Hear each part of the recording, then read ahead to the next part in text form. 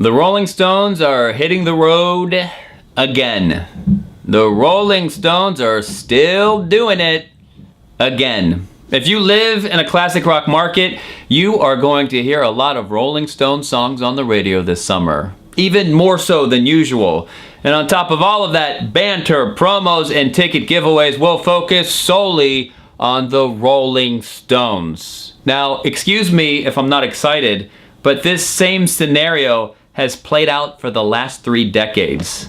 For most of my musical existence, the Rolling Stones have been marketed as a legacy act. Come see the second most important band in the history of rock and roll while you still can.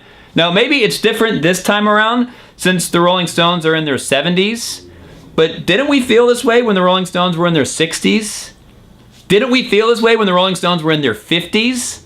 And I always thought it was amazing that Mick and Keith, the guys who pretty much created the rock and roll cliche, never became a rock and roll cliche. Now, because the Beatles haven't performed together in 46 years, the Rolling Stones are the archetype of rock and roll. It shall be what the Rolling Stones say it shall be. And don't get me wrong, I think it's great that the Stones are still doing their thing, and if they can sell out a stadium show where the cheap seats are $150, all the power to them. And if you grew up loving the Rolling Stones and you want to relive the good times, go to the show.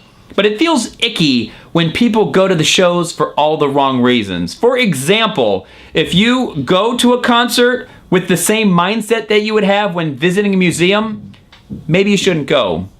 If you can't name 3, even 2 Rolling Stones studio albums, stay at home. And songs of rock and roll rebellion kind of lose an edge when they're sung from a VIP luxury box between sips of Sauvignon Blanc.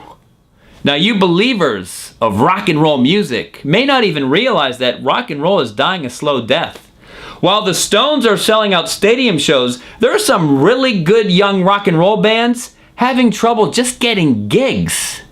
Isn't it ironic that the band who pretty much created big rock and roll may outlive big rock and roll? So if rock and roll does die, the Rolling Stones will merely be the second most important band of a genre that no longer exists.